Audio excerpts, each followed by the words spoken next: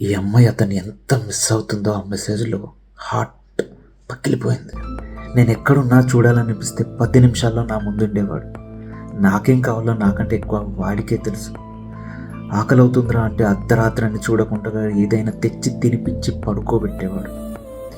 మాట్లాడాలి అంటే 24 గంటలు నా కోసం దాక్కుని మాట్లాడేవాడు. అలాంటి వాడు ఇప్పుడు నా ఫోన్స్ లిఫ్ట్ చేయట్లేదు, నా మెసేజ్కి ఆన్సర్ ఇవ్వట్లేదు. చనిపోవాలనిపిస్తుంది బ్రో. వాడే జీవితం అనుకున్నాను.